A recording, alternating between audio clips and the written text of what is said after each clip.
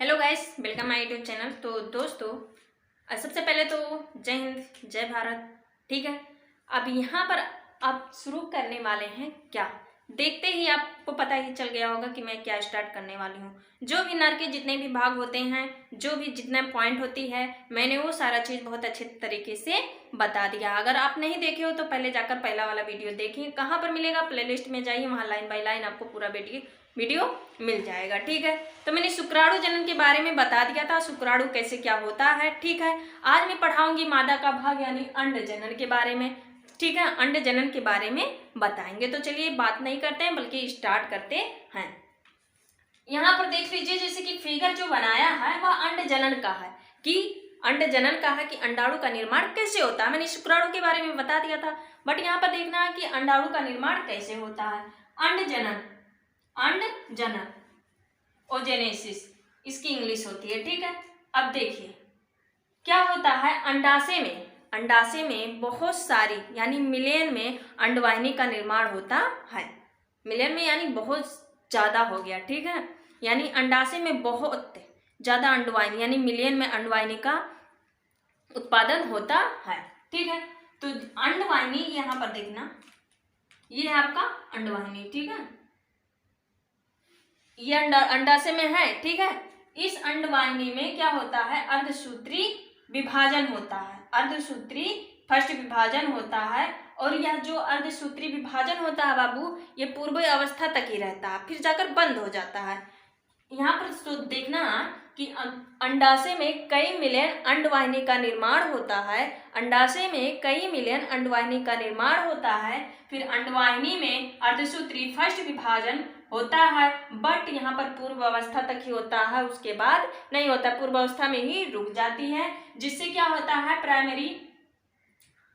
यानी प्राथमिक अंडक यानी प्राइमरी ओसाइड का निर्माण होता है। प्राथमिक अंडक की इंग्लिश होती है प्राइमरी ओसाइड। ठीक है, उसके बाद ये बंद हो जाता है, फिर क्या होता है, प्राथमिक अंडक के चारों तरफ एक लेयर होता है, जिसे हम बोलते हैं प्राथमिक पुटक, यानी क्या बोलते हैं, प्राइमरी फॉलिकल। ये हो गया। फिर उसके बाद आगे देखते जाएंगे कि प्राथमिक पुटक पे दो लेयर बन जाते हैं, तो उसे हम बोलेंगे द्वितीय पुटक यानी सेकेंडरी फॉलिकल बोलेंगे। फिर क्या होता है, द्वितीय पुटक में जाकर क्या होता है, जो अर्धसूत्री विभाजन हुआ था वह रुक गया था पूर्व अवस्था में, जाकर द्वितीय पुटक में क्या होता है, फिर से अर्धसूत्री विभाजन शुरू हो जाता यानी पूर्ण होता है। किसमें? द्वितीय पुटक में अर्धसूत्री विभाजन पूर्ण होता है, जिससे क्या होता है कि दो अंड का निर्माण होता है, यानी एक का निर्माण होता है द्वितीयक अंडक और एक का नाम है प्रथम ध्रुवीय पिंड। ठीक है, यानी सेकेंडरी ओसाइड इसे बोलेंगे। कहाँ पर पूर्ण होता है? द्वितीय पुटक में। ठीक, तो कितने अंडक का निर्माण होता है? दो। एक को कहते हैं सेकेंडरी ओसाइड यानी द्वितीयक अंडक, एक होता है प्रथम ध्रुवीय। उसके बाद क्या होता है कि इस पे तीन लेयर बन जाते हैं, तो इसे हम बोलते हैं तृतीय पुटक। क्या बोलते हैं? तृतीय पुटक। अब क्या होता है, ये जो लेयर होता है वह मोटी दीवार की तरह बन जाता है। ठीक है, यानी मोटा बन जाता है। ये तीनों दीवार के बाद ये परिपक्व पुटक जाकर बनता है, जिसे हम ग्राफियन फॉलिकल भी बोलते हैं। जब यह परिपक्व हो जाता है तो इसमें क्या होता है कि फिर से जब ये परिपक्व हो जाता है तो फिर से क्या होता है, यहाँ पर द्वितीय ध्रुवीय पिंड है जो कि समाप्त हो जाता है आगे चल के, और ये आपका क्या होता है, अंडाणु बचता है।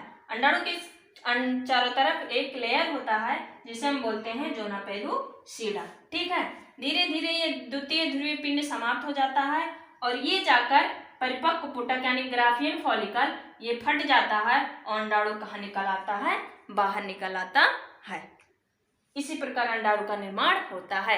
एक बार यहाँ पर मैं ध्यान से देखना, एक बार और मैं रिपीट कर रही हूँ कि यहाँ पर गौर करना, ध्यान से देखना कि क्या कहा हमने यही तो कहा कि अंडाशय में कई मिलियन अंडवाहिनी का निर्माण होता है। फिर से अंडवाहिनी में अर्धसूत्री फर्स्ट विभाजन होता है, जो कि पूर्वावस्था में ही रुक जाता है। उसके बाद जाकर बनता है प्राइमरी ओसाइड यानी प्राथमिक अंडक का निर्माण होता है। उसके बाद प्राथमिक अंडक के चारों तरफ एक लेयर बनता है जिसे हम बोलते हैं प्राथमिक पुटक यानी प्राइमरी फॉलिकल। ठीक है, उसके बाद प्राथमिक पुटक पे एक लेयर और बन जाता है जिसे हम बोलते हैं द्वितीय पुटक यानी सेकेंडरी फॉलिकल। फिर उसके बाद एक लेयर और बन जाता है जिसे हम बोलते हैं तृतीय पुटक यानी तृतीय पुटक बोले। अब यहाँ पर गौर करना कि जो अर्धसूत्री विभाजन पूर्व अवस्था में रुका था वो जाकर द्वितीय पुटक में पूर्ण होता है। अर्धसूत्री विभाजन पूर्ण होता है जिससे दो अंडक का निर्माण होता है। एक का नाम होता है द्वितीय अंडक और एक का नाम होता है प्रथम ध्रुवीय पिंड। ठीक है, उसके बाद क्या होता है, दो अंडक का निर्माण हो गया।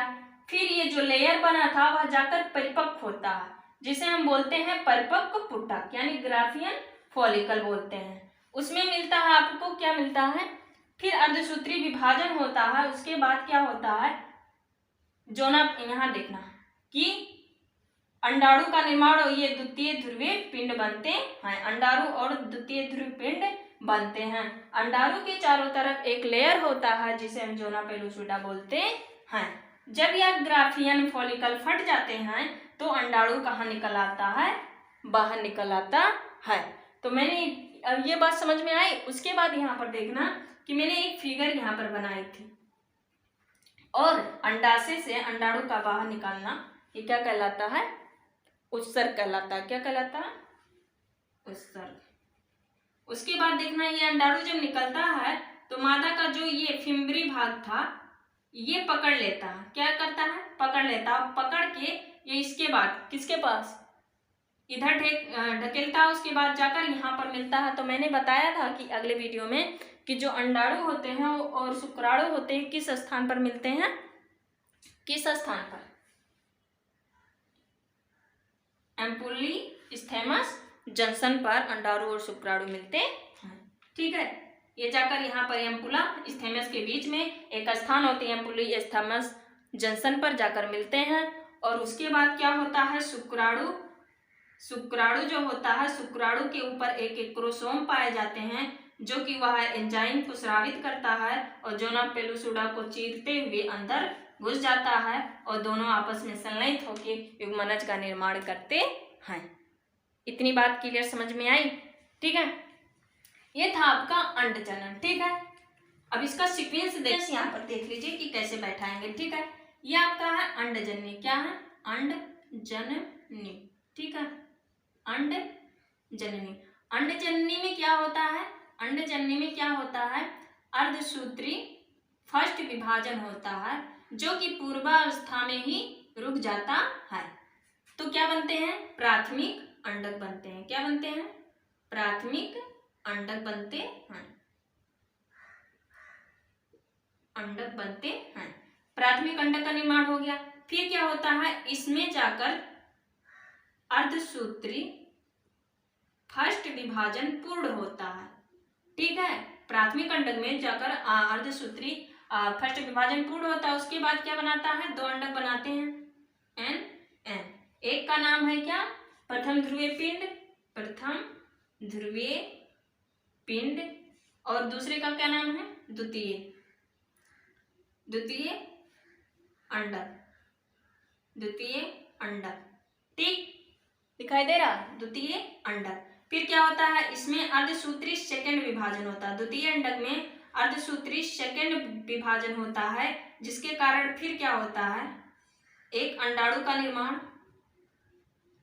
सेकंड विभाजन होने के बाद अंडाणु का निर्माण और द्वितीय ध्रुवीय पिंड का निर्माण होता है, जो आगे चलकर द्वितीय ध्रुवीय पिंड नष्ट हो जाते हैं, बाकी बचा आपका अंडाणु। ठीक है, तो ये सीक्वेंस आपको याद रखना होगा। आई होप आपको समझ में आ गया होगा। ठीक, मिलते हैं नेक्स्ट वीडियो में, तब तक के लिए जय हिंद, जय भारत।